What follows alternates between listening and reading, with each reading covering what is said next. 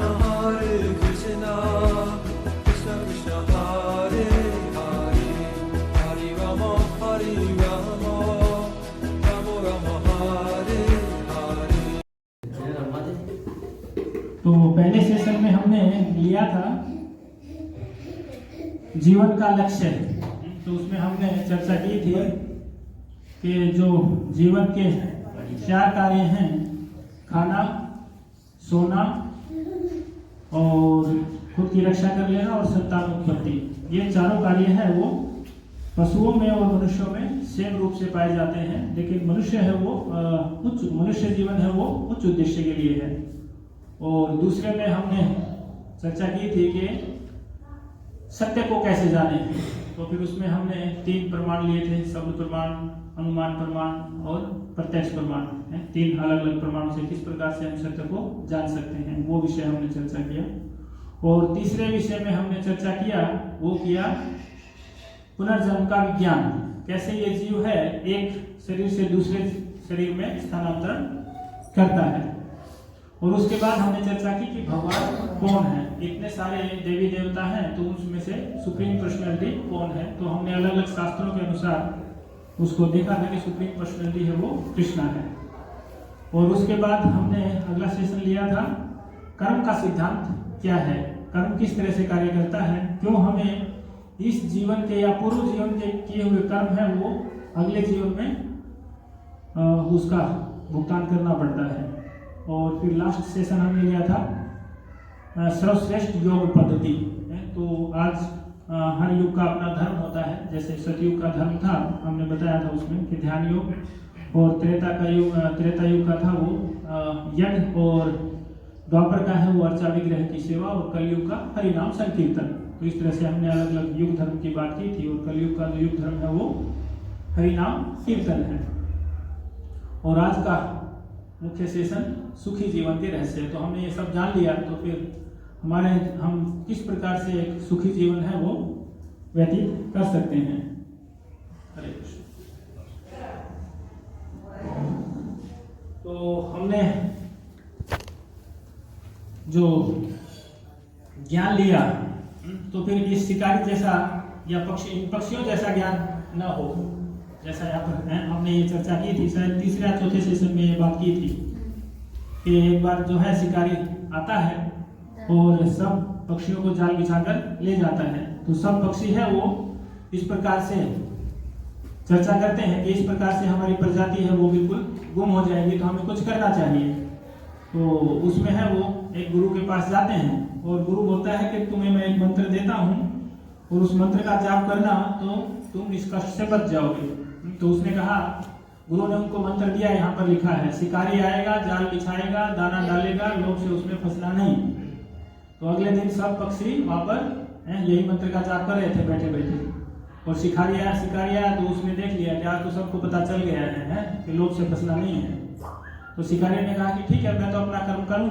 तो उसने दाना डाला और सब धीरे धीरे एक एक करके सब उसमें फंस गए और शिकारी अपना जाल बिछा कर ले गया। तो इस तरह से हमें ज्ञान का अनुसरण नहीं करना है। ज्ञान तो इन लोगों ने लिया, लेकिन क्या नहीं किया, जीवन में अप्लाई नहीं किया। कि शिकारी ने जाल बिछाया है तो उसमें फंसना नहीं है, वो मंत्र खाली उसको जप कर रहे हैं, उसको जीवन में उसने उस ज्ञान का लागू नहीं किया। जिस प्रकार से मान लिया हम पढ़े हैं और एक जहर की बोतल है, उसके ऊपर लिखा है जहर, अगर हम उसको पिएंगे उठाकर तो हमारा ज्ञान है वो कोई काम नहीं आएगा, क्योंकि उसके ऊपर लिखा है कि जहर पीने से मृत्यु होगी। तो वो ज्ञान है किसी काम नहीं आएगा। भगवान है भागवत गीता में बताते हैं अर्जुन को 9वें अध्याय के पहले श्लोक में, इदम तु ते गुह्यतम प्रवाक्षम मनुष्य ज्ञानम विज्ञानम सहितम। मैं तुम्हें कैसा ज्ञान बता रहा हूँ जो ज्ञान भी है और विज्ञान भी है। दोनों, ऐसा नहीं है कि कोई ज्ञान की बात है बता दी, नहीं, उसके साथ साथ में वो विज्ञान भी है। इसको जान लेने के बाद है तुम संसार के क्लेशों से बिल्कुल मुक्त हो जाओगे। भगवान ने ये नहीं कहा कि तुम्हें और भी बताना बाकी है। जिस तरह से हमने चर्चा की थी कि जीसस क्राइस्ट ने कहा था कि मैं तुम्हें और भी ज्ञान दे सकता हूँ, लेकिन तुम्हें उसको ग्रहण करने की कैपेसिटी नहीं है। तो इस प्रकार से भगवान हिंदी में यहाँ पर लिखा है, चूंकि तुम मुझसे कभी ईर्ष्या नहीं करते हो। तो सबसे पहली योग्यता क्या है भक्त की, वो भगवान से कभी ईर्ष्या नहीं करता है। तो इसलिए मैं तुम्हें ये परम गुह्य ज्ञान तथा अनुभूति बताऊंगा, जिसमें ज्ञान तथा विज्ञान है, जिसे जानकर तुम संसार के क्लेशों से मुक्त हो जाओगे। तो संसार के क्लेशों की बात हमने की थी, जन्म मृत्यु और जरा व्याधि है। जन्म है, मृत्यु है, बुढ़ापा है और व्याधि है, मतलब बीमारियां हैं। एक बीमारी आती है, दूसरी जाती है, एक का इलाज करते हैं तो उससे दूसरी हो जाती है। वो पुराने समय में कोई टैबलेट थी, एक बार जयदामोदर प्रभु ने, दामोदर प्रभु ने एक बार बताया था कि एक उस टैबलेट के लेने से है 15 साल तक बीपी की टैबलेट वो दी, और बाद में पता चला कि जो व्यक्ति इसको 15-18 साल से यूज कर रहा है उसको कैंसर हो जाता है। तो एक दवा का साइड इफेक्ट भी होता है, दूसरी बीमारी उत्पन्न कर देती है। तो इस तरह से हमें आध्यात्मिक जीवन में है, फिर आगे बढ़ना है तो फिर अनेक भ्रांत धारणाएं होती हैं, अलग अलग भ्रांत धारणाएं होती हैं। वो कहते हैं भागवत गीता के उपदेश के लिए भगवान ने अर्जुन और युद्ध भूमि को पसंद किया।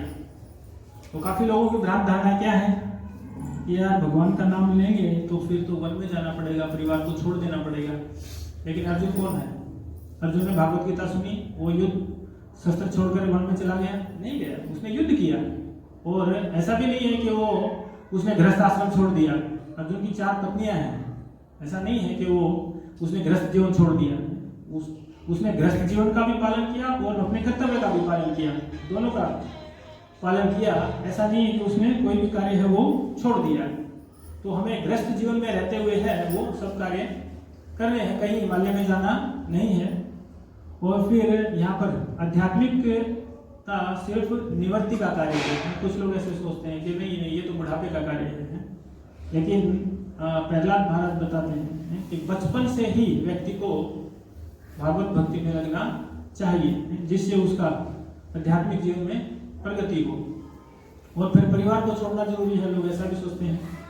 और जवाबदारियों से भागना है, लोग ऐसे सोचते हैं कि कुछ बाबा लोग बन जाते हैं तो मतलब इनसे पारिवारिक कर्तव्य है और ठीक से निभे नहीं, तो इसलिए जवाबदारियों से पीछा छुड़ाना है तो साधु बन जाओ।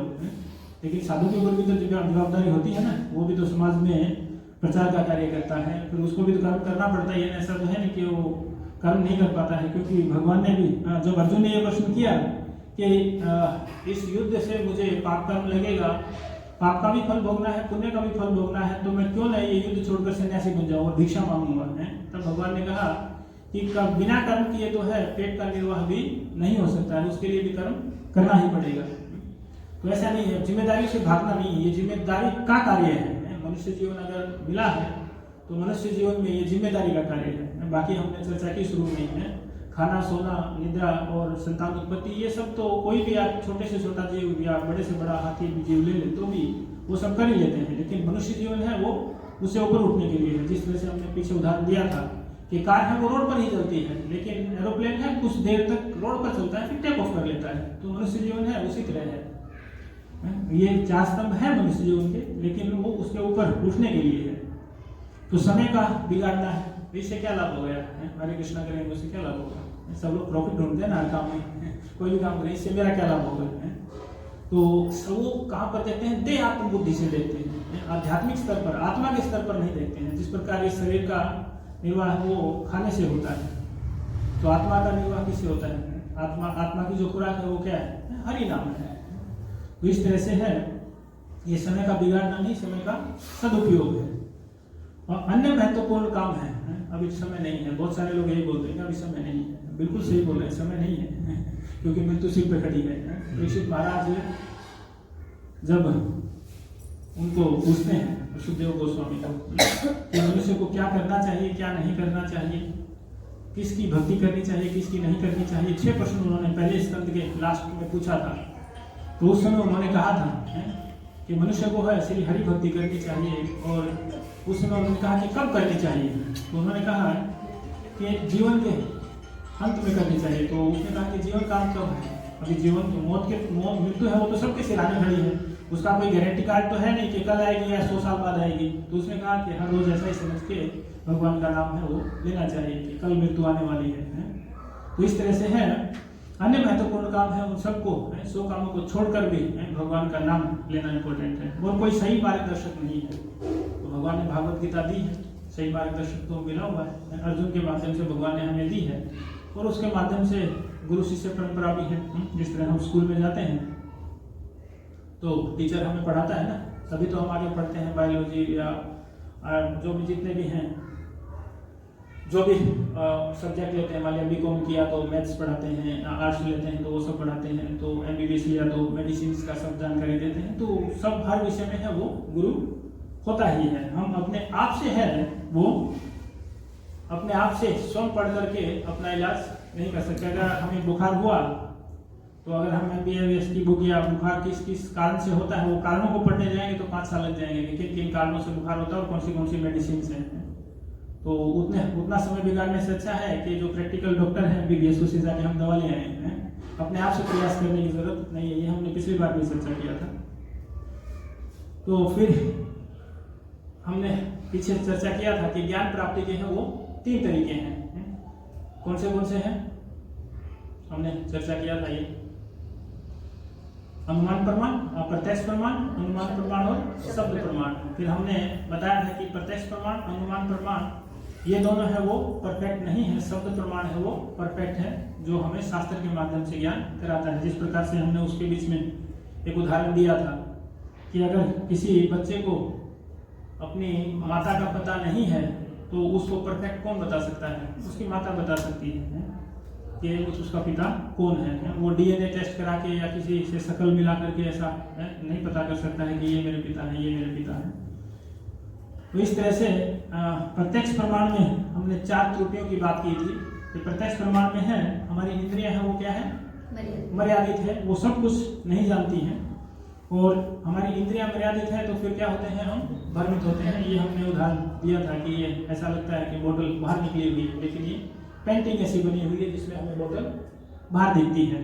कंटेनर में बोतल उस हिसाब से सीन भी बनाया हुआ है। तो हम भ्रमित होते हैं। और अगर हम फिर भ्रमित होते हैं तो फिर क्या करते हैं? हम भूल करते हैं कि ये करूँगा, ऐसा करूँगा तो ये सही हो जाएगा, ऐसा करूँगा तो ये सही हो जाएगा। फिर भूल करते हैं।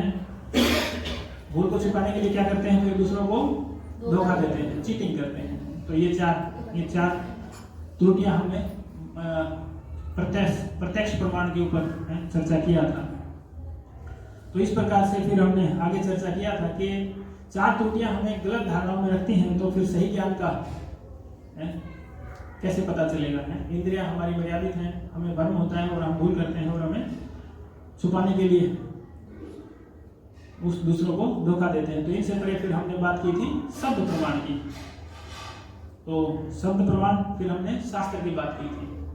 तो शब्द प्रमाण में हमारा वैदिक शास्त्र है, मतलब वेद हमारी माता है और पिता है वो भगवान है। शास्त्र है अपौरुष कहे गए हैं जो भगवान ने प्रकट किया है। तो इस तरह भगवान श्री कृष्ण यहाँ पर भागवत गीता के 4थे अध्याय का श्लोक है। तो भगवान बताते हैं कि मैंने इस अमर योग विद्या का उपदेश सूर्यदेव विवस्वान को दिया और विवस्वान ने मनुष्यों के पिता मनु को उपदेश दिया और मनु ने इसका उपदेश इक्ष्वाकु को दिया। तो कुछ लोग ऐसा सोचते हैं कि 5200 वर्ष पूर्व भागवत गीता कही गई थी, तो उससे पहले क्या सृष्टि नहीं थी या भगवान नहीं थे? तो यहाँ पर भगवान है उस चीज का जवाब दे रहे हैं कि भागवत गीता जब सृष्टि का प्रारंभ हुआ था तब से सृष्टि में है। सबसे पहले है मनु, मतलब मनु का हम इस तरह से समझ सकते हैं, भागवतम में आता है कि ब्रह्मा जी का एक दिन है उसमें 14 मनु होते हैं और एक मनु का जो समय है उसको मनवंतर कहते हैं। और एक मनवंतर में 72 बार 72 टाइम्स है वो सतयुग द्वापर त्रेता कलयुग, ये चारों 72 टाइम्स 72 बार आकर चले जाते हैं एक मनु के समय में। और ब्रह्मा जी का पौना घंटा। तो हमारी आयु, ब्रह्मा जी की आयु भी 100 वर्ष की है, लेकिन हमारी आयु भी 100 वर्ष की है, लेकिन वो ब्रह्मलोक की है, यहाँ पृथ्वी लोक की कम है। तो मनु का समय इतना है। तो शुरुआत में जब सृष्टि का प्रारंभ हुआ तो मनु को ये उपदेश दिया गया कि तुम इस प्रकार से आगे प्रजा को ये सब उपदेश दो। तो इसलिए विवस्वान मतलब सूर्यदेव का नाम है, विवस्वान है। तो सूर्यदेव विवस्वान को दिया और विवस्वान ने मनुष्य के पिता मनु को दिया और उसके बाद मनु ने इसका उपदेश इक्ष्वाकु को दिया। इक्ष्वाकु में भगवान राम प्रकट हुए थे, इक्ष्वाकु वंश उसको कहते हैं। तो इस प्रकार से ये अमर योग विद्या है। ऐसा नहीं कि 5000 वर्ष पूर्व भगवान ने अर्जुन को ही दिया था, ये अमर योग विद्या है। जब से सृष्टि का क्रिएशन हुआ तभी से ये योग विद्या है वो चल रही है। ऐसा नहीं कि ये कुछ समय से उत्पन्न हुई है। और अगले श्लोक में भगवान फिर बताते हैं कि इसको समझा कैसे है? एवं परंपरा प्राप्तम इमम राज ऋषियों स काल ने महता योग नष्ट है। लेकिन ये इसी तरह से इस प्रकार से यह परम विज्ञान परंपरा द्वारा प्राप्त किया गया और राज ऋषि ने इसे इसी विधि से समझा, किंतु काल कर्म में यह परंपरा है छिन्न हो गई, अतः यह विज्ञान यथारूप में लुप्त हो गया रहता है। ये ज्ञान है सृष्टि के प्रारंभ से था, लेकिन क्या हुआ, कुछ बीच में है कड़ी है वो टूट गई, तो इसलिए ये आगे नहीं बढ़ पाया। तो इसलिए ये ज्ञान है मैं तुम्हें वापस से फिर से दे रहा हूं। जिस प्रकार से मान लिया ये कंप्यूटर बनाया है या ये लैपटॉप बनाया है, तो इसके साथ में ही इसकी पुस्तिका जारी कर दी जाती है कि इसमें इतने का रैम है, इतने के हार्ड डिस्क है, इतने का ये है, ये प्रोसेसर है, सब इसके अंदर है, बुक तैयार की जाती है इसके साथ साथ में। तो इसी प्रकार जब से सृष्टि का क्रिएशन हुआ है, भागवत गीता का ज्ञान तभी से इस सृष्टि में है, ऐसा नहीं है कि वो कुछ समय के बाद प्रकट हुआ। और आगे है फिर इस ज्ञान को लेने की योग्यता क्या है, अर्जुन की योग्यता क्या है, भगवान यहाँ पर आगे बताते हैं। स एवाय मया ते अद्यम योग है प्रोक्त पुरातन, ऐसा योग है योग पुराना है। भक्तो असी में सखा चेती रहस्य हृदय उत्तम है। तो ये ज्ञान है इसलिए दे रहा हूं, क्यों? क्योंकि तुम मेरे मित्र हो। आज मेरे द्वारा वही है प्राचीन योग, यानी परमेश्वर के साथ अपने संबंध का विज्ञान। कैसा विज्ञान है? परमेश्वर के साथ अपने संबंध का विज्ञान, यानी आत्मा और परमात्मा के साथ संबंध का विज्ञान। पिता और पुत्र का कैसा संबंध होता है, भगवान भागवत गीता के अनेक श्लोक में बताते हैं। ममे वांसे जीव लोक जीव भूत सनातन, ये जितने भी जीव हैं वो मेरे सारे सनातन अंश हैं। तो यही संबंध की भगवान यहाँ पर बात कर रहे हैं कि ये जो संबंध है कैसा है, पुरातन है, पुराना है। और इसी ज्ञान के विषय हम बात कर रहे हैं। तुमसे कहा जा रहा है क्योंकि तुम मेरे भक्त तथा मित्र हो। तो यहाँ पर भागवत गीता समझने के लिए क्या होना जरूरी है, भगवान के प्रति श्रद्धावान होना जरूरी है, उसका भक्त होना जरूरी, तभी हम समझ सकते हैं, नहीं तो नहीं समझ में आएगा। नहीं यार ये पैसे फेंक रहा है, ऐसा नहीं। अतः तुम इस विज्ञान के दिव्य रहस्य को समझ सकते हो। ऐसा नहीं है कि कोई भी व्यक्ति उसको समझ सकता है, उसके लिए है स्टूडेंट का, अगर मान लिया हमें कॉलेज में एडमिशन लेना है तो 12th पास करना जरूरी है, उसके बाद ही कॉलेज में एडमिशन होगा, नहीं तो नहीं होगा ना। तो पहले बोले 12th पास करके आओ। उसी तरह है भगवान का ये ज्ञान समझने के लिए है भक्त होना जरूरी है। उससे सबसे पहले श्रद्धा होनी जरूरी है, फिर श्रद्धावान होने के बाद भक्त होना जरूरी है। इस तरह से फिर मान लिया चलो हमने ये ज्ञान जानने की इच्छा की, तो फिर कहाँ जाए, गुरु के पास जाना पड़ेगा। तो फिर गुरु की योग्यता क्या है, यहाँ पर बताया है। तद विज्ञानार्थ से गुरु में विज्ञान गच्छेत समर्पित श्रोत्रिय ब्रह्मनिष्ठम। तो गुरु है कौन, ब्रह्म को जानने वाला होना चाहिए, ब्रह्म में निष्ठा रखने वाला होना चाहिए। ऐसा नहीं कि पैसे कमाने वाला गुरु हो, तुम 3000 रुपया फीस दो, मैं तुम्हें 7 दिन में पूर्ण रूप से ज्ञान दे दूंगा और तुम्हें ऊपर के दर्शन करा दूंगा। ऐसा नहीं, उसको ब्रह्मनिष्ठ होना चाहिए और ऐसा फीस लेने वाला गुरु नहीं होना चाहिए। तो फिर गुरु के लक्षण क्या है, शास्त्रों के निष्कर्ष को जानने वाला हो। अभी रामचरितमानस पर एक बिहार के किसी मंत्री ने, शायद शिक्षा मंत्री है, उसको शिक्षा मंत्री बनाया गया है, और उसने एक रामचरितमानस का दोहा उठाया है, ढोल गवार शूद्र पशु नारी शकल ताड़ना के अधिकारी। तो अभी उसने कैसा निष्कर्ष निकाला इसमें, ताड़ना मतलब वो ऐसा समझता है कि ताड़ना का मतलब है वो मारना है, लेकिन ताड़ना का अर्थ मारना नहीं है। कहावत क्या है, क्या ताड़ रहे हो, क्या मतलब हुआ इसका, क्या ताड़ रहे हो। एमपी में विशेष शब्द यूज होता है ताड़ना, मतलब क्या देख रहे हो। ताड़ना का मतलब है देखना, मारना नहीं है। लेकिन वहां पर वो शास्त्र का निष्कर्ष अच्छी तरह से नहीं जानता है, इसलिए उसने ताड़ना का अर्थ लगाया मारना है।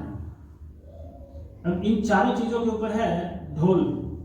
ढोल को अगर बजा रहे हैं हम, अगर वो ढीला हो गया तो उसको देखना पड़ेगा ना कि ढीला हो गया, चलो इसको टाइट करते हैं, मतलब देखना है उसको।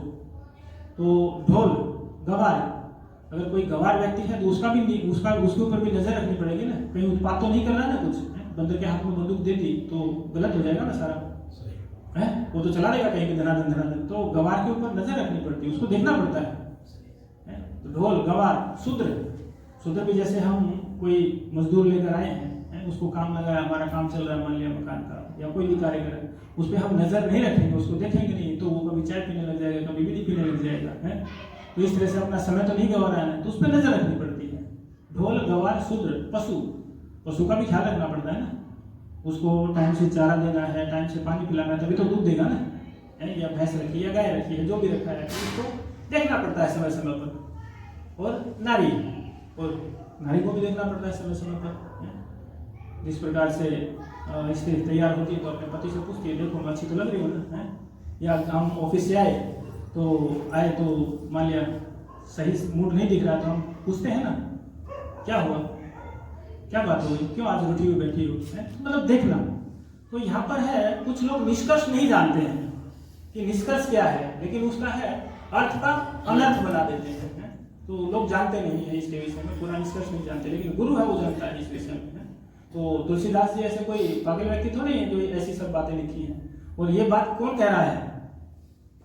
ये बात समुद्र कह रहा है। ढोल गवार शूद्र पशु नारी वाली जो बात है, वो समुद्र भगवान राम से कह रहा है कि इन सब को रक्षा की जरूरत है, देखने की जरूरत है, और मैं भी उसी श्रेणी में आता हूं, इसलिए आप मुझे क्षमा कर दीजिए और मैं आपको रास्ता देता हूं। उसने वहां पर समुद्र ने ये बात कही है, तुलसीदास जी ने तो उसको लिखा है, लिखित रूप दिया, लेकिन वो चर्चा जो है वो भगवान राम और समुद्र के बीच में हो रही है। तो इसलिए शास्त्रों का अर्थ है वो परफेक्ट जानने वाला गुरु होना चाहिए। तो यहाँ पे निष्कर्ष की बात आई तो मुझे बात ध्यान में आ गई, तो इसकी चर्चा किया है। तो ढोल गवार शूद्र पशु नारी सकल ताड़ना के दर, मतलब सब रक्षा के अधिकारी हैं, सबको रक्षा की जरूरत है, देख रेख की जरूरत है। जिस तरह से भागवत गीता में भी तो अर्जुन ने यही युद्ध ना करने का कारण दिया था ना, कि सब पुरुष अगर मर जाएंगे तो स्त्रियां हैं वो हो जाएंगी, आजाद हो जाएंगी, और इस तरह से है वो आजाद हो जाएंगी तो वो हो सकता है पथ भ्रमित हो जाए, तो इससे हमारी जो संतानें होंगी वो वर्ण संकर होंगी और पितरों को पानी देने वाला कोई नहीं होगा।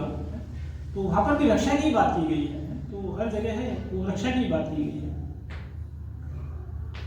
तो शास्त्रों के निष्कर्ष का जानने वाला होना चाहिए। फिर नेक्स्ट में है शास्त्रों के आधारित उपदेश, विधि और निषेध देने वाला होना चाहिए। शास्त्रों में क्या विधि दी गई है और क्या निषेध दी गई, क्या करणीय है और क्या अकरणीय है, क्या करना चाहिए क्या नहीं करना चाहिए। उपदेशामृत में पहले श्लोक में आता है अत्याहार प्रत्याहार है, क्या खाना चाहिए क्या नहीं खाना चाहिए।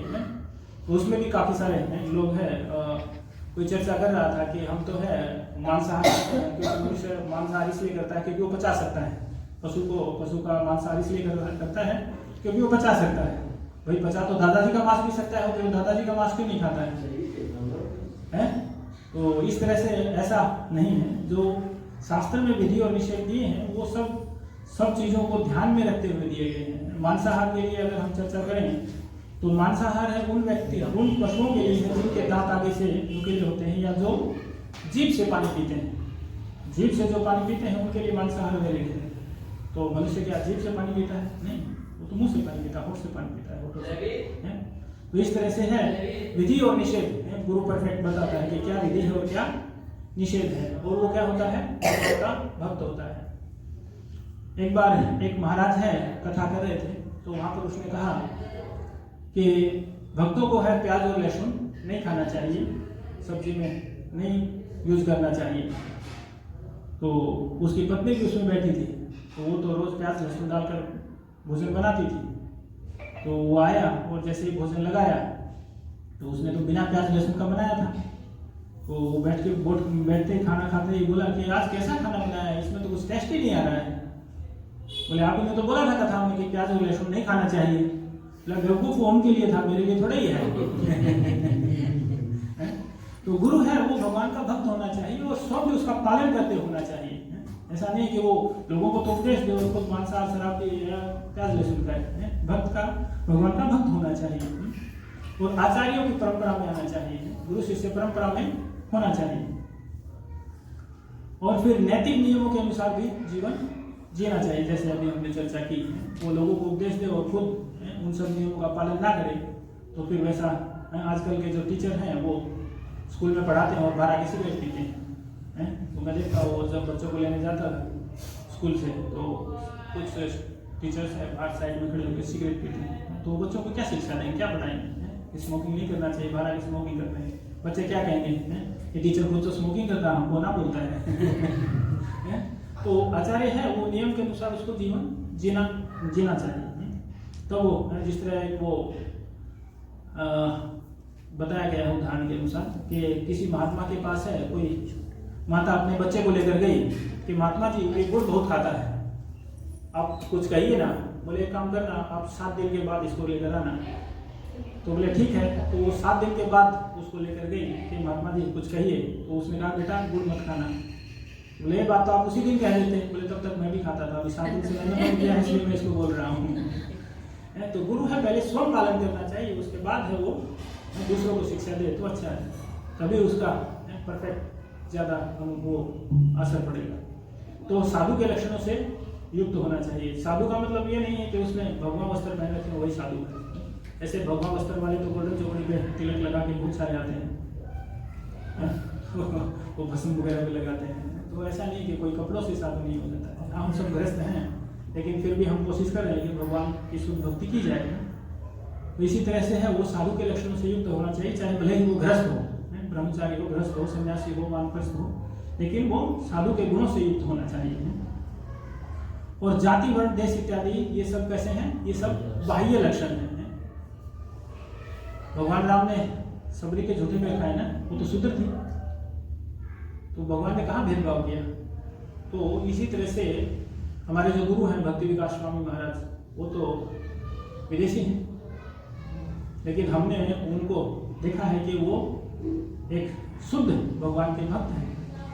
तो हालांकि बाहर विदेशी भक्ति विकास स्वामी महाराज कितनी बार कहते हैं यवन और मलेच्छ शब्द यूज करते हैं कि प्रभुपाद जी ने यवन और मलेच्छ लोगों को भी शुद्ध ब्राह्मण बनाया है, शुद्ध वैष्णव बनाया है। तो इस तरह से कोई भी जाति या वर्ण है वो इम्पोर्टेंट नहीं है, इम्पोर्टेंट है वो जो नियम पालन करता है और भगवान का भक्त है, मतलब आचार्यों की परंपरा में आता है। और गुरु का आशीर्वाद, दिव्य ज्ञान इत्यादि, गुरु शिष्य परंपरा से ज्ञान लिया होना चाहिए, खुद से मैन्युफैक्चर किया हुआ ज्ञान नहीं होना चाहिए। कुछ गुरु हैं जो आजकल जेल में हैं, खुद का ज्ञान मैन्युफैक्चर करके और फिल्म भी बनाते हैं, MSG इत्यादि पिक्चर बनाते हैं, मैसेंजर ऑफ गॉड, और फिर जेल में जाते हैं बलात्कारी बनकर। तो ऐसा गुरु किसी काम का नहीं है। जो जीवन शास्त्रों के अनुसार जीता है वो परफेक्ट गुरु है। तो फिर ये 4 संप्रदाय भी हमने लास्ट टाइम भी चर्चा की थी कि आचार्यों की परंपरा में युगों से आज तक 4 वैष्णव संप्रदाय के माध्यम से वैदिक ज्ञान उतरता आया है। कोई व्यक्ति यहाँ से छत पर जाता है तो उसको पता नहीं कि छत पे क्या है, लेकिन जो व्यक्ति छत के ऊपर से आया है उसको पता है छत पर क्या क्या है। पानी की टंकी है, चारपाई भी डली है, पाइपलाइन वापस भी आ रही है, किधर से आ रही है, इधर से आ रही है, तो वो सब जानता है। तो इसी तरह जो आचार्य हैं वो जानते हैं, क्योंकि वो पूर्व के गुरु शिष्य परंपरा से आते हैं। फिर हमने ये 4 संप्रदाय की बात की थी, श्री संप्रदाय, ब्रह्म संप्रदाय, रुद्र संप्रदाय और कुमार संप्रदाय। इन चारों के अलग अलग आचार्य हैं। तो इसमें जो इस्कॉन आता है वो गौड़ीय मध्वाचार्य ब्रह्म संप्रदाय में आता है, और जो विष्णु स्वामी हैं वो साउथ में जो मंदिर हैं उनमें आते हैं। तो गुरु शिष्य परंपरा ये हमने लास्ट टाइम भी चर्चा किया था कि ब्रह्मा से मध्वाचार्य, और मध्वाचार्य का जो संप्रदाय है वो है ब्रह्म संप्रदाय, मतलब जिसमें इस्कॉन आता है। फिर है रुद्र संप्रदाय, रुद्र संप्रदाय जो विष्णु स्वामी जिसके आचार्य हैं, और 4 कुमार का जो निम्बक आचार्य है, 4 कुमार का जो संप्रदाय है उसका आचार्य है वो निम्बक आचार्य है, और वो कुमार संप्रदाय कहलाता है। और लक्ष्मी जी का है वो रामानुजाचार्य उसके आचार्य हैं, और श्री संप्रदाय कहलाता है। इस तरह से अलग अलग रुद्र संप्रदाय के ज़्यादा, विष्णु स्वामी का जो संप्रदाय है वो ज़्यादा प्रचलित नहीं है। बाकी ये 2 संप्रदाय और हैं वो साउथ में अभी भी ज़्यादा प्रचार करते हैं। जिस तरह से पूरे वर्ल्ड में इसको प्रचार करता है, जैसे भारत के साउथ एरिया में है वो बाकी के 2 ये संप्रदाय हैं वो प्रचार करते हैं। जो हम तिरुपति बालाजी इत्यादि जाएंगे तो वहाँ पर हमें ये 2 निम्बकाचार्य, रामानुजाचार्य, इन सब का वहाँ पर प्रचार देखने को मिलेगा। तो इस तरह से गौड़ीय ब्रह्म संप्रदाय में है वो शिल प्रभुपाद हुए, ऐसी भक्ति वेदांत स्वामी शिल प्रभुपाद, जिन्होंने विदेश में जाकर सबसे पहले प्रचार करना प्रारंभ किया और फिर भारत में आकर भी प्रचार किया। तो यहाँ पर प्रभुपाद जी बताते हैं कि हमारी शिक्षाएं हैं वो प्रमाणित हैं, शुद्ध हैं और स्वीकार्य हैं, क्योंकि ये ब्रह्म मध्व गौड़ीय संप्रदाय में भगवान कृष्ण के एक महान शुद्ध भक्त ऐसी भक्ति वेदांत स्वामी प्रभुपाद के द्वारा प्रदान की गई है। प्रभुपाद जी को एक बार किसी ने कहा था कि आप बोलते हो कि इंद्रियां अपूर्ण हैं, फिर आप जो बोल रहे हो फिर उसको हम कैसे पूर्ण माने। उन्होंने बोला कि मेरी इंद्रियां अपूर्ण है लेकिन मेरा जो ज्ञान है वो पूर्ण है। क्यों? क्योंकि वो गुरु शिष्य परंपरा से आया और भगवान के द्वारा जो दिया गया है वही मैं आगे प्रचारित कर रहा हूँ। जिस तरह से एक पोस्टमैन है चिट्ठी को लाकर एज इट इज सामने वाले को दे देता है, वैसे ही मैं ये ज्ञान है यथारूप एज इट इज दे रहा हूँ। इसीलिए भागवत गीता जो लिखी उसका नाम लिखा कि Bhagavad Gita Yatharup as it is.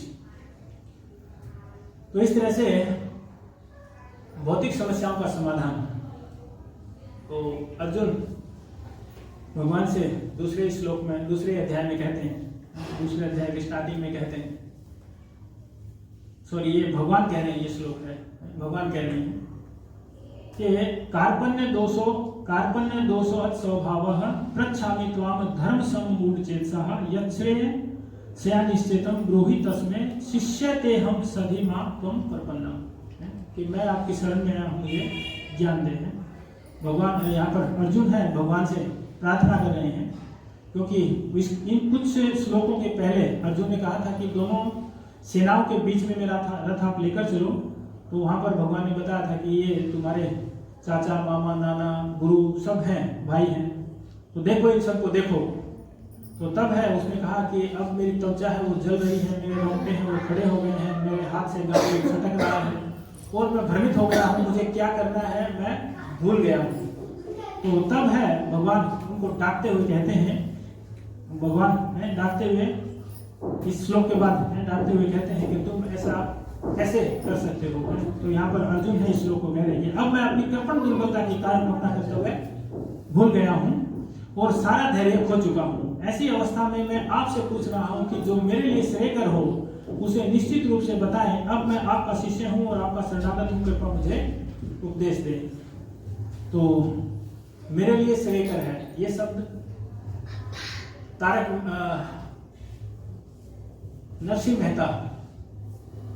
Narasimha Mehta के लिए भी उपयुक्त होता है। नरसिंह मेहता पहले भगवान शिव की पूजा करते थे, तो काफी पूजा किया उन्होंने, काफी भक्ति की उनकी, और अंत में है उन्होंने भगवान शिव को प्रसन्न कर लिया और भगवान शिव वो प्रकट हो गए।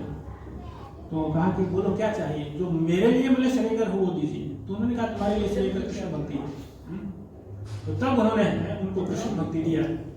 तो इस तरह से है भगवान जानते हैं कि कौन से जीव के लिए क्या श्रेयकर है, तो इसलिए है सब जीवों के लिए श्रेयकर है वो क्या है, कृष्ण भक्ति है। चाहे भगवान शिव ही क्यों न है, वो भी श्रीमद् भागवत महापुराण में आता है कि प्रचेता है वो 10 प्रचेता जब भक्ति करने जाते हैं तो बीच में उनको भगवान शिव मिलते हैं और वो बोलते हैं कि आपको ये भगवान कृष्ण की शरण में जाकर ये स्त्रोत से भगवान कृष्ण की भक्ति करनी चाहिए। तो इस तरह से सबके लिए जो श्रेयकर है वो कृष्ण भक्ति है, वो सबको वैकुंठ धाम ले जाने वाली है। बाकी किसी भी अगर हम उच्च लोकों में गए, जनलोक, तपलोक, महरलोक, ब्रह्मलोक, शिवलोक, तो वहां से हमें हो सकता है लंबे समय तक हम वहां रहें, लेकिन फिर भी वापस यहीं आना पड़ेगा।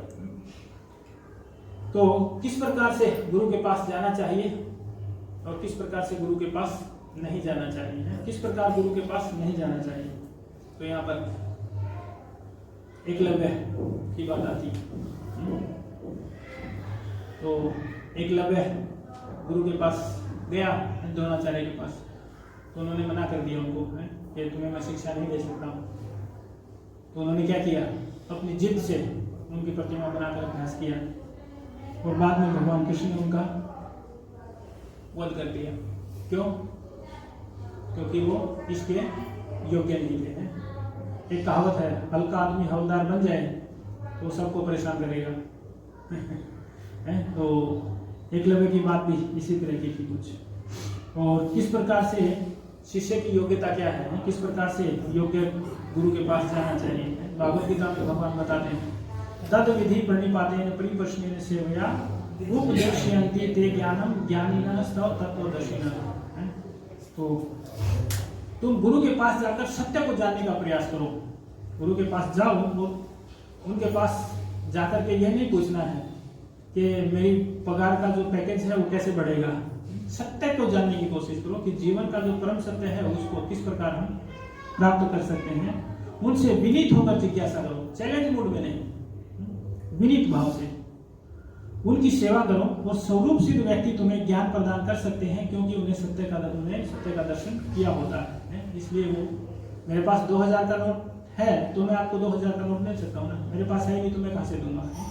तो इसी प्रकार जो गुरु है उसने सत्य का दर्शन किया होता है और इसलिए वो आपको विज्ञान ऐसा दे सकता है। तो फिर शिष्य की योग्यता क्या होनी चाहिए, जिज्ञासा। हमने पीछे भी एक बार चर्चा किया था, अथा तो ब्रह्म जिज्ञासा। मैं कौन हूँ, मैं कहाँ से आया हूँ, यहाँ पर मेरा क्या कार्य है और मुझे वापसी कहाँ जाना है। ऐसी सब जिज्ञासाएं हैं वो व्यक्ति को इस आध्यात्मिक जीवन में प्रगति करने के लिए है वो इम्पोर्टेंट है, जरूरी है। और दूसरा है सेवा भाव, और तीसरा है विनम्रता, और चौथा है आज्ञा पालन। तो इस प्रकार से आज्ञा पालन है वो भी जरूरी है क्योंकि गुरु जो आज्ञा देते हैं वो शिष्य की योग्यता के अनुसार ही देते हैं। तो इसमें हम उदाहरण है महाभारत के संदर्भ से लेते हैं आरुणि और उपमन्यु। आरुणि एक ऋषि है और उनके शिष्य हैं वो उपमन्यु हैं। उपमन्यु को जब आरुणि ऋषि ने कहा कि तुम जाकर देखो खेतों में पानी चल रहा है कि कहीं पानी सही परफेक्ट जगह पर तो जा रहा है ना, कहीं इधर उधर तो नहीं जा रहा है। तब आरुणि खेत में गया और उसने देखा कि एक जगह से पानी है वो खेत से जहाँ पर पानी जाना चाहिए वहाँ नहीं जा रहा है, साइड से पानी दूसरे खेत में जा रहा है। तो वहाँ पर उसने बहुत सारी, फावड़ा बोलते हैं गुजराती में, हिंदी में कस्सी बोलते हैं, उस फावड़े से है बहुत सारी मिट्टी डाली, लेकिन वो पानी का भाव इतना तेज था वो एक मिट्टी डालता और वो मिट्टी वापस से बह जाती। उसने बहुत कोशिश की इस प्रकार से है, लेकिन पानी रुका नहीं। तो इस तरह से जब पानी नहीं रुका तो वो खुद ही उसमें लेट गया और तब है इतनी जगह में से वो पानी जाना बंद हो गया और पानी आगे चला गया।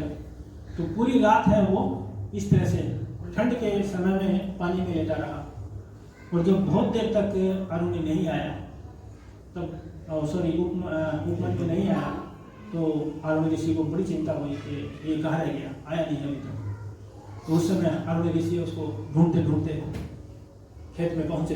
तो उस समय उसको निकाला और निकालने के बाद है उसको सच्चे शिष्य के रूप में उसको स्वीकार किया और जो भगवान का प्रत्यक्ष दर्शन उनको करवाया है।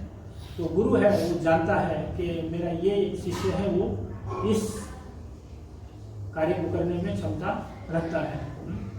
तो गुरु आज्ञा का पालन शिष्य उपमन्यु ने किया। और पद्म पुराण में भी एक अन्य कथा आती है सत्यकाम की।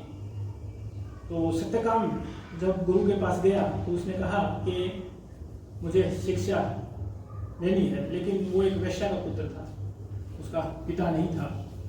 तो जब उसने कहा, गुरु ने कहे तुम किसके पुत्र हो, बोले वो तो मैं नहीं जानता। तो उस वैश्या का नाम है मैं भूल गया। तो उस समय वो अपना नाम लेकर बोलते हैं कि उसको ऐसा ही बोलना है कि मैं उसका पुत्र हूँ। तो तब सत्यकाम वापस गुरु के पास गया और उसने कहा कि मैं अपनी माता का नाम बताकर कहा कि मैं उसका पुत्र हूँ। तो तब गुरु है वो समझ गए। तो उन्होंने कहा ठीक है मैं तुम्हें शिक्षा देता हूँ। तो उसने अपने आश्रम में उनको रखा सत्यकाम को, और उनको जो सेवा थी वो क्या दी, गाय चराने की सेवा दी कि तुम है गाय चराओ। तो उन्होंने बहुत वर्षों तक गाय चराई। लेकिन बाकी जब शिष्य थे बाकी सब जो शिष्य थे उन्होंने कहा कि गुरु तुम्हें तो है गाय चराने भेज देते हैं और हमें आध्यात्मिक शिक्षा देते हैं, तुम्हारे साथ भेदभाव हो रहा है।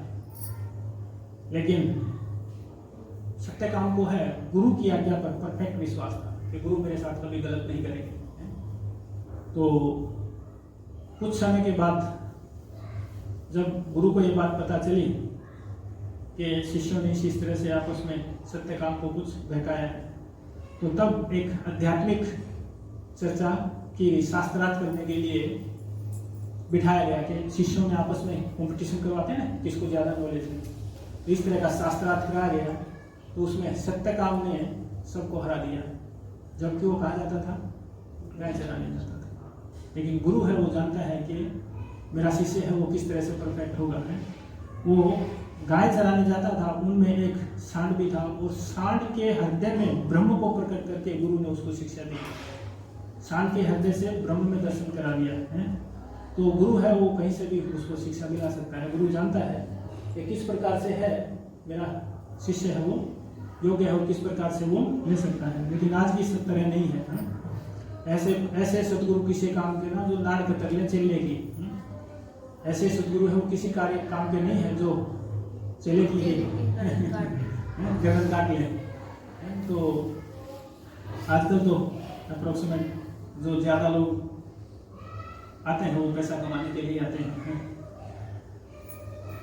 तो यहाँ पर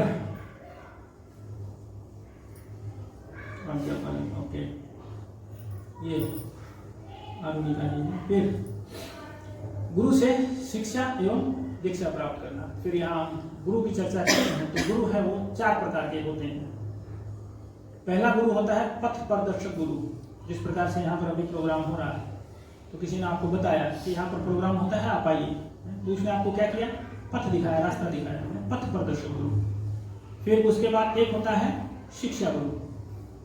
शिक्षा गुरु है वो आपको बताता है कि क्या करना है क्या नहीं करना है। जिस तरह से मुझे ये छोटी सी सेवा दी गई है शिक्षा के रूप में, भाई लोगों में प्रचार करो, लोगों को भक्तों को बनाओ। तो एक होता है शिक्षा गुरु। फिर उसके बाद एक होता है दीक्षा गुरु, जिससे हम आध्यात्मिक नाम प्राप्त करते हैं। और फिर एक होता है चैत्य गुरु, जो सबके हृदय में परमात्मा के रूप में भगवान विराजमान है।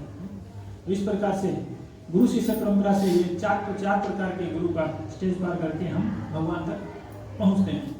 फिर गुरु है आध्यात्मिक जीवन में क्या करना है और क्या नहीं करना है, वो हमें बताते हैं। तो क्या नहीं करना है, नशाखोरी, जुआ, मांसाहार और व्यभिचार। तो धर्म के हैं ये 4 आधारभूत स्तंभ हैं। कोई भी बिल्डिंग बनती है, तो जैसे ये मकान बना है, तो इसमें पिलर कितने होंगे, 4-5 होंगे, 6-7 होंगे, लेकिन बाकी सब दीवारें ही है ना।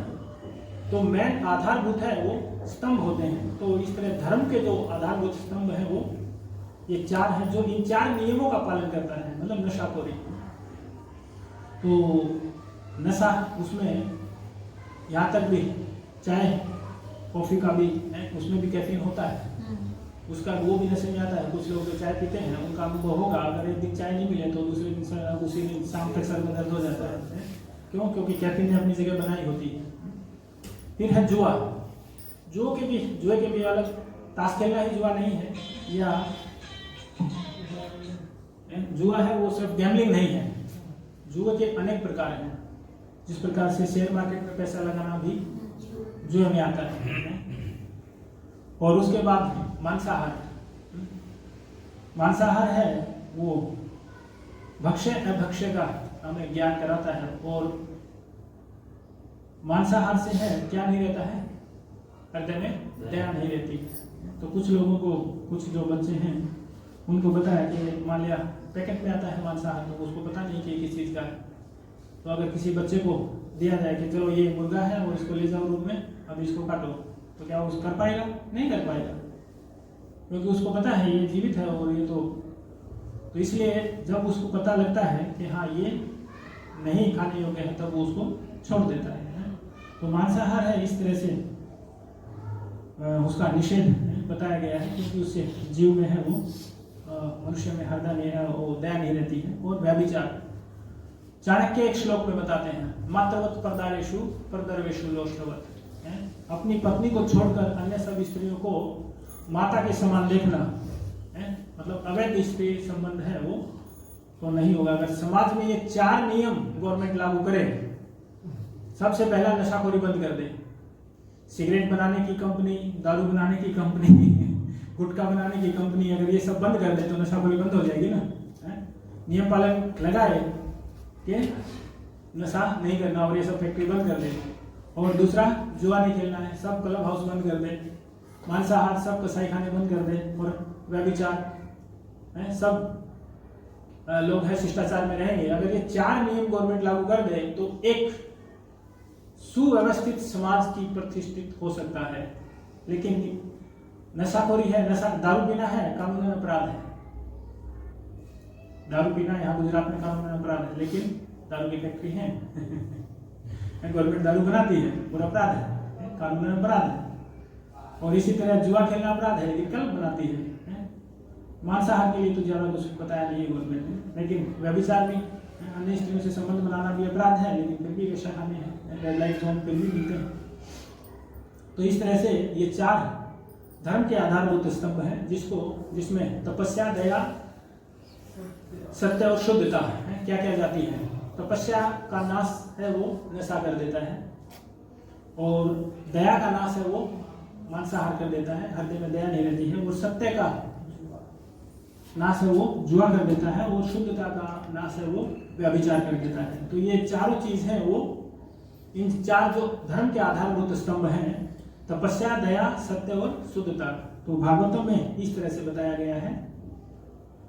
द्यूतम पानम स्त्रिय सूनम, ये धर्म के हैं 4 आधारभूत स्तंभ हैं। तो यहाँ पर सुध गोस्वामी बता रहे हैं कि कलयुग के द्वारा इस प्रकार याचना किए जाने पर महाराज परीक्षित ने उसे उन 4 स्थानों की अनुमति दी जहाँ जुआ खेलना, शराब पीना, मांसाहार तथा व्यभिचार होता था। जब कलयुग को आना था तो उस समय कलयुग से परीक्षित महाराज मिले, तो उन्होंने कहा कि मुझे आना है तो मुझे जगह दीजिए। तो इन 4 जगहों पर उन्होंने स्थान दिया कि ये 4 स्थान पर तुम रह सकते हो। लेकिन कलयुग ने कहा कि ये चारों चीज तो आपके राज्य में है ही नहीं, क्योंकि परीक्षित महाराज एक शुद्ध भगवान के भक्त हैं, तो वो पूरी प्रजा को भी इसी तरह से रखते हैं, तो मुझे अन्य कहीं जगह दीजिए। तब उन्होंने उनको स्वर्ण में यानी सोने में जगह दी थी। तो ये 4 चीजें हैं वो एक व्यवस्थित समाज दे सकती हैं, अगर ये 4 चीजें अगर कंट्रोल की जाए। हम देखते हैं कि कितने सारे मर्डर्स होते हैं, लगभग उनमें 80% में से 80% है वो अवैध संबंध के चक्कर में होते हैं। किसी प्राय स्त्री से प्राय पुरुष का, या प्राय पुरुष का प्राय स्त्री से, किसी का बॉयफ्रेंड है, या अभी हमने देखा कि वो कुछ एक लड़की के 35 टुकड़े किए गए, श्रद्धा, ठीक है। तो वो कैसे हुआ, वो सब एक अलग संप्रदाय के संबंध में संपर्क में आने से इस तरह से उसका इतने टुकड़े किए गए। तो इस तरह से अगर समाज में ये सब नहीं रहेगा तो फिर इस तरह से उपद्रव फैलेगा ही। तो फिर हमें क्या करना चाहिए, हमें ये सब 4 चीजों के लिए क्या चाहिए, एबीसीडी ऑफ कृष्णा कॉन्शियसनेस, इससे पीछे भी चर्चा की थी इस विषय में। हमें है इन 4 अक्षरों को सीखना है, सभी अक्षर सीखने की जरूरत नहीं है। ए फॉर एसोसिएशन, सत्संग, सत्संग करना है। सत्संग है वो सबसे इंपॉर्टेंट है।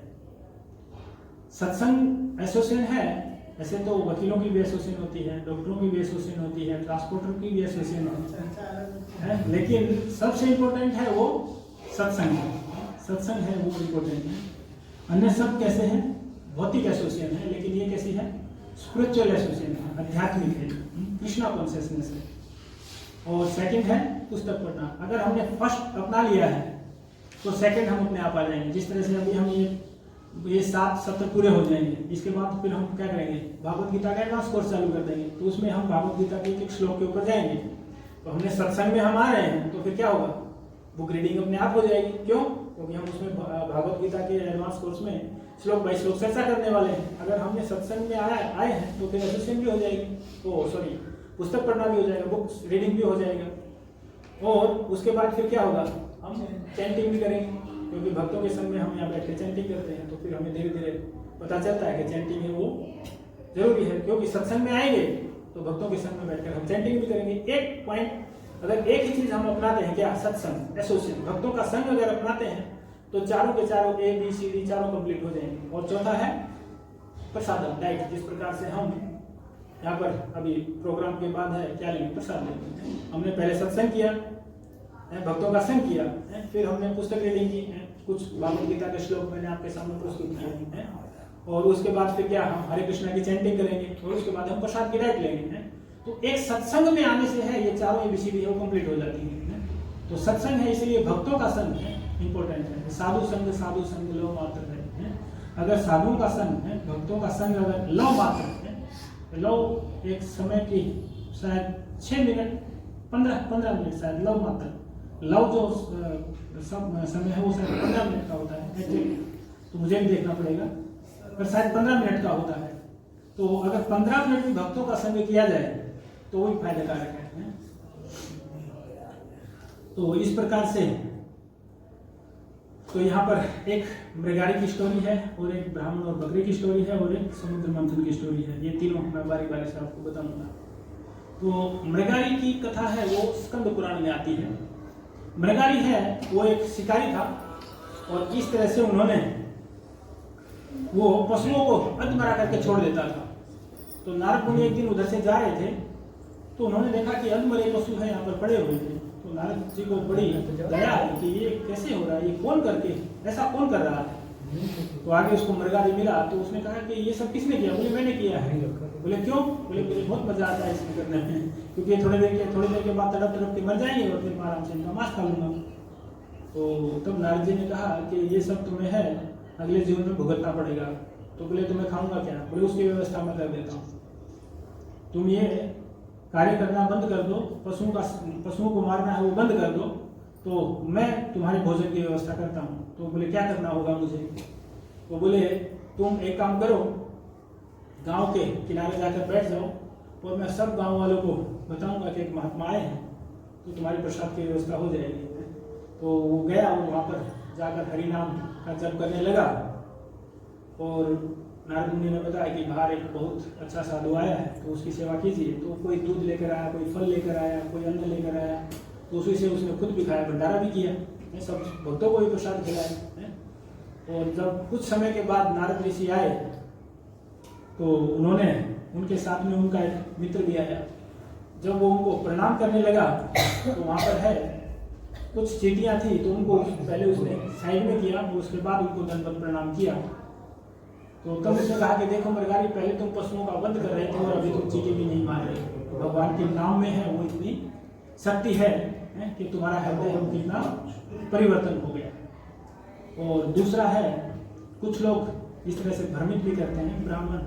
एक ब्राह्मण है वो बकरी को लेकर जा रहा था, तो 3 चोर थे। तो उन्होंने सोचा कि कैसे इस ब्राह्मण से ये बकरी ले ली जाए। तो पहला चोर उन तीनों ने मिलकर प्लान बनाया। तो पहला आया, उसने कहा कि इस कुत्ते को लेकर कहाँ जा रहे हो, कुत्ते को क्यों कंधे पर बिठा रखा है। तो उसने कहा नहीं बकरी है। उसने जाकर देखा नहीं बकरी है। तो फिर दूसरा आया, दूसरे ने कहा ये कुत्ते को कहाँ लेकर जा रहे हो। उसने सोचा यार कि कुछ गड़बड़ तो नहीं है ना। नहीं बकरी है। तीसरा आया, उसने कहा अरे क्या कुत्ते को सिर पे उठाकर जा रहे हो। सोचा इतने सारे लोग बोल रहे हैं तो फिर ये सारा कुत्ता ही है। आगे चलकर उसने उसको छोड़ दिया और वो तीनों उस बकरी को लेकर भाग गए। तो इस तरह से ऐसे गुरुओं से हमें सावधान रहना है जो हमें भ्रमित करते हैं। हमें शास्त्र के आधार पर जो ज्ञान देता है, जो शिक्षा देता है, भागवत गीता से भागवत महापुराण के अनुसार जो हमें जीवन जीने की सिखाता है कि इस तरह से हमें जीवन जीना चाहिए, क्या करना और क्या नहीं करना चाहिए। और आगे का एक ये समुद्र मंथन की जो स्टोरी है वो श्रीमद् भागवतम में आती है। जब असुरों का बहुत प्रभाव बढ़ गया तब सारे देवता मिलकर भगवान की शरण में गए कि भगवान कुछ करो, अभी असुरों ने बहुत उत्पात मचा दिया है, वो हमें इस तरह से हमारी शक्ति है वो क्षीण हो गई है। तो भगवान ने कहा कि एक काम करो, तुम असुरों से संधि कर लो। असुरों से संधि करोगे तो उससे तुम्हारा फायदा होगा। असुरों से संधि करने पर तो समुद्र मंथन करना और उसमें से अमृत निकलेगा और वो तुम पी लेना, तो उससे तुम ज्यादा शक्तिशाली हो जाओगे। तो उस बात को उन लोगों ने एक्सेप्ट कर लिया। तो उस समय है वो असुरों के पास गए, राक्षसों के पास। उन्होंने कहा कि भाई हम तुमसे मित्रता करना चाहते हैं। इंद्र गए जब, तो उन्होंने कहा ठीक है, तुम मित्रता करना चाहते हो तो हम भी मित्रता करना चाहते हैं। तो बोले हम सब मिलकर है समुद्र मंथन करेंगे और उसमें से अमृत निकलेगा तो हम बांट के पी लेंगे। बोले ठीक है। तो उन्होंने पहले असुरों ने, और पहले पूंछ की तरफ है असुर लगे और मुंह की तरफ है वो देवता लगे, लेकिन बाद में उनको कुछ कंफ्यूजन हुआ, नहीं पूंछ है वो अच्छा भाग नहीं है, हम तो मुंह की तरफ लगेंगे। बाद में उन्होंने एक्सचेंज किया। तो इस तरह से समुद्र मंथन किया, उसमें पहले हलाहल विष निकला, लक्ष्मी जी निकली, बहुत सारे रत्न निकले, लेकिन अंततः अमृत भी निकला। अभी अमृत निकला तो अमृत है वो सिर्फ किसको मिला? देवताओं को मिला, राक्षसों को नहीं मिला। तो जब ये कथा सुखदेव गोस्वामी सुना रहे थे तो उस समय है सुखदेव गोस्वामी से तुरंत परीक्षित महाराज प्रश्न करते हैं कि एक ही स्थान पर एक ही समय पर सेम कर्म किया गया तो फल में भेद क्यों? राक्षसों को तो अमृत नहीं मिला लेकिन देवताओं को अमृत मिला। एक ही समय था, एक ही कर्म था, कोई अलग कर्म तो नहीं किया था। एक साइड वो लगे हुए थे, एक साइड वो लगे हुए थे, तो कर्म फल में भेद क्यों है? तब सुखदेव गोस्वामी बताते हैं कि उन्होंने पहले से भगवान की शरण ग्रहण कर रखी थी। देवताओं ने है पहले से ही भगवान की शरण ग्रहण की हुई थी, तो इसलिए फल में भेद है। तो कभी कभी हम अपने प्रयास से जो कार्य करते हैं वो सफल नहीं होते, लेकिन अगर हम भगवान की शरण ग्रहण करते हैं तो वो सफलता हमें हासिल होती है। इसलिए भगवान है भागवत गीता के 18वें अध्याय के 65वें श्लोक में बताते हैं, मन मना भो मत भक्तो मद्याजी माम नमस्कुरु मां वैशेषी सत्यम ते प्रति जाने प्रियोसी में, कि सदैव मेरा चिंतन करो, मेरे भक्त बनो, मेरी पूजा करो और मुझे नमस्कार करो। इस प्रकार तुम निश्चित रूप से मेरे पास आओगे, मैं तुम्हें वचन देता हूँ क्योंकि तुम मेरे परम प्रिय मित्र हो। तो भगवान ऐसा कमिटमेंट दे रहे हैं, अगर तुम मेरा चिंतन करोगे, मेरे भक्त बनोगे, तो उसमें कोई संशय नहीं, किसी प्रकार का कोई डाउट नहीं है, सीधे तुम मेरे पास आओगे। और अगले इससे अगले श्लोक में भगवान कहते हैं, सर्वधर्मान् परित्यज्य माम एकम शरणं व्रज अहम त्वां सर्व पापेभ्यो मोक्षयिष्यामि मा शुचः। तो तुम सब धर्मों को छोड़ो, मेरी शरण माम एकम, ये नहीं कहा किसी की भी शरण में जाओ, माम एकम मेरी शरण में आओ, मैं तुम्हें सब पापों से मुक्त कर दूंगा, तुम बिल्कुल डरो मत, मा शुचः तुम डरो मत, बिल्कुल चिंता मत करो, समस्त प्रकार के धर्मों का परित्याग करो और मेरी शरण में आ जाओ, मैं तुम्हें समस्त पापों से तुम्हारा उद्धार कर दूंगा, तुम बिल्कुल डरो मत। तो जब लास्ट में है मां शुचः डरो मत, बिल्कुल चिंता मत करो। तो इस तरह से हमें भगवान पर पूर्ण श्रद्धा होनी चाहिए, और भगवान के नाम में है कोई भेद नहीं है, अभिन्न है, भगवान का नाम और भगवान एक ही वस्तु है। इस तरह से मेरा नाम ओमकार है, ठीक है, ओमकार दास, मैं ओमकार दास और ये शरीर अलग वस्तु है। इस तरह से है, हमने दूसरे सेशन में आत्मा के वाले सेशन में हमने चर्चा किया था, है मेरे बाल, मेरी आंख, मेरे नाक, मेरा कान, मतलब सब मेरा है, लेकिन मैं कौन हूँ, ये चर्चा हमने की थी। तो इस तरह से मेरे में और ओमकार दास में और ओमकार इसमें भेद है, लेकिन भगवान में और भगवान के नाम में कोई भेद नहीं है, क्योंकि भगवान का शरीर कैसा है?